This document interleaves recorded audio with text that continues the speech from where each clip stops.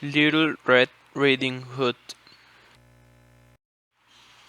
Once upon a time, there was a sweet little girl.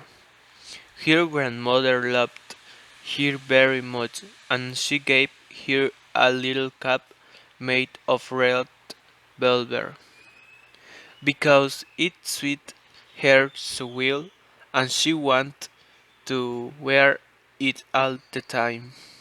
She came to be known as Little Red Riding Hood. One day the mother said to her, "Come, Little Red Riding Hood, here is a piece of cake and a bottle of wine. Take them to your grandmother. She is sick and weak, and they will do her well.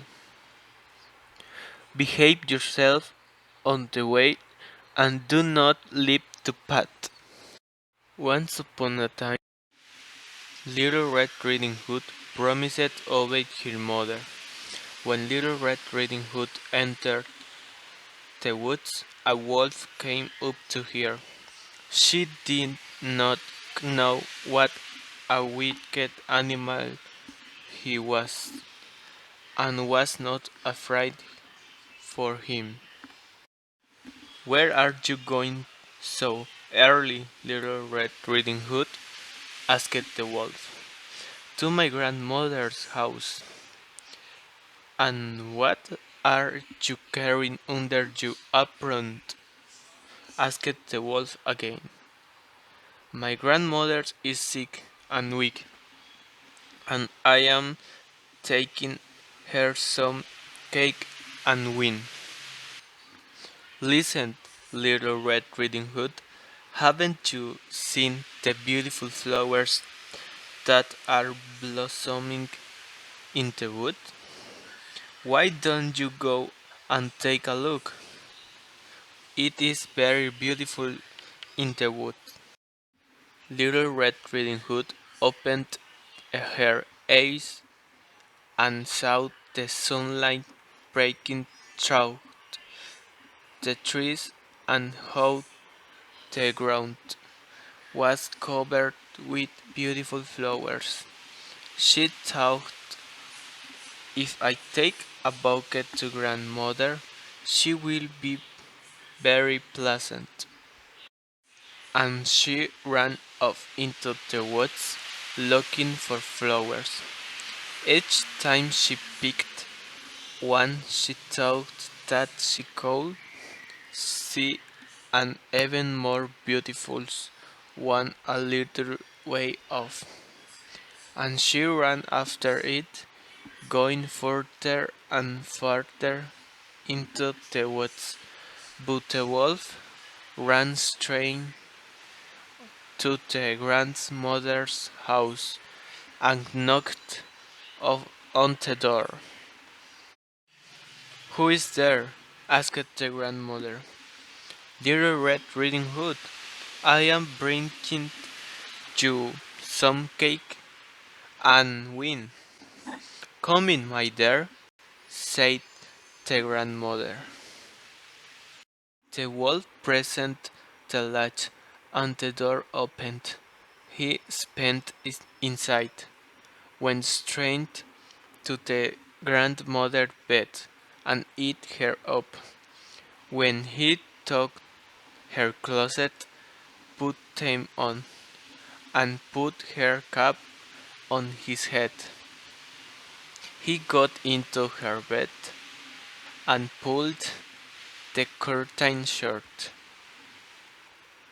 When Little Red Riding Hood arrived, she walked on into the parlor, and everything looked so strange that she thought grandmother was lying there with her cap pulled down over her face and looking very strange. "Oh, grandmother, what big ears you have! All the better to hear you wind." "Oh, grandmother, what big eyes you have! All the better to see you with? Oh, grandmother, what big hands you have! All the better to grab you with. Oh, grandmother, what a horrible big mouth you have! All the better to eat you with. The wolf, and with that he jumped out of bed, jumped on top of poor little Red Riding Hood, and ate her up. As soon as the wolf had finished this tasty bite, he climbed back into bed, fell asleep, and began to snore very loudly. A huntsman was just passing by.